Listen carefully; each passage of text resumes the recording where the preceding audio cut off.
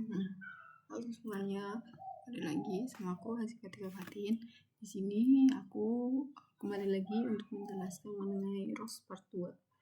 Nah, di sini aku akan menjelaskan mengenai ROS Robot Operating System di industrial. Ada arsitektur, kemampuan, dan perencanaan gerakannya bagaimana. Nah, untuk ROS di industrial sendiri itu adalah sebuah inisiatif open source yang memperluas kemampuan robot operating system untuk aplikasi robotika industri. Hal ini tuh menyediakan alat dan library yang memungkinkan robot industri terintegrasi dengan ekosistem ROS, sehingga robot dapat memiliki fitur canggih seperti perencanaan gerakan yang lebih fleksibel, kemampuan visi, dan kontrol yang lebih adaptif.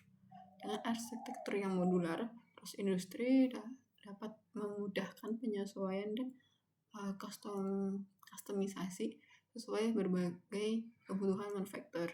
Kemudian arsitektur dan kapabilitas ROS industrial. Komponen kuncinya ada drive robot, pustaka library gerakannya, integrasi perangkat keras, fitur utama, dan perencanaan gerakan. Nah, kemudian perencanaan gerakan dengan move out, yaitu ada 3 poin lingkungan perencanaan, yaitu bagaimana, yaitu offset adalah perangkat lunak utamanya. Kemudian robot baru, konfigurasi mudah dengan asisten setup. Kemudian visualisasi Airvis, perencanaan gerakan yang interaktif. Offset ini adalah perangkat lunak perencanaan gerakan canggih di ROS, menyediakan lingkungan komprehensif untuk mendefinisikan ruang kerja robot, mengidentifikasi kendala, dan menghasilkan jalur gerakan bebas tabrakan.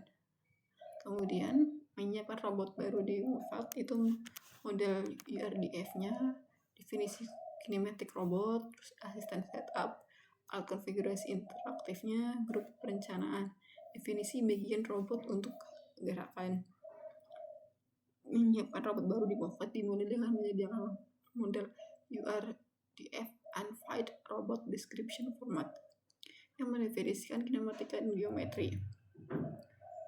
Kemudian alasan setup MoveOut adalah alat gratis yang memandu pengguna melalui proses konfigurasi. Nah, kemudian ada perencanaan gerakan Airvis versus C++.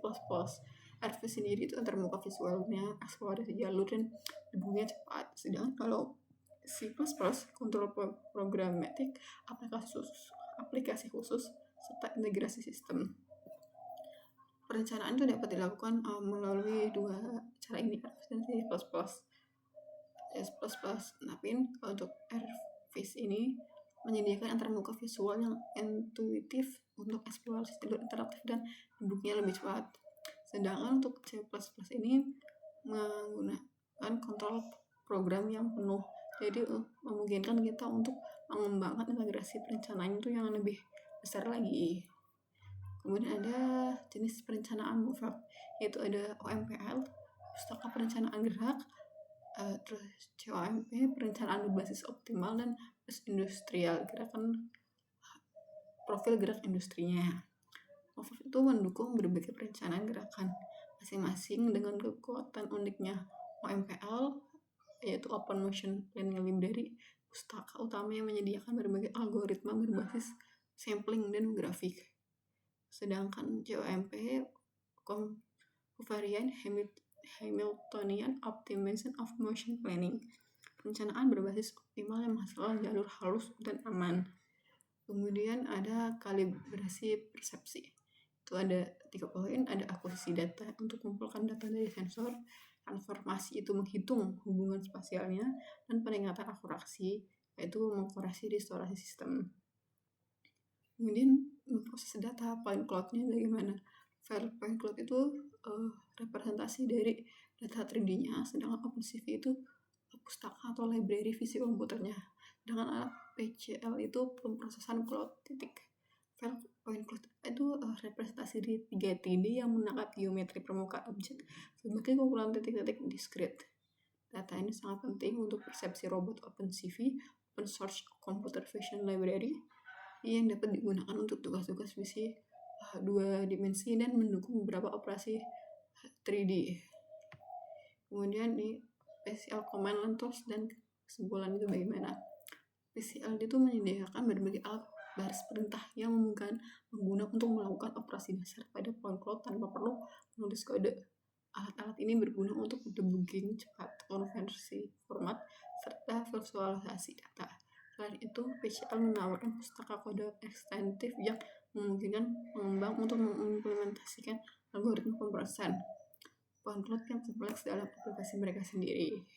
Jadi cross industri ini dengan kekuatan PCL itu merevolusi robotika industri yang mungkin untuk otomatis yang lebih cerdas, fleksibel, dan efisien. Mungkin itu aja yang dapat aku sampaikan. Kurang lebihnya mohon maaf. Terima kasih.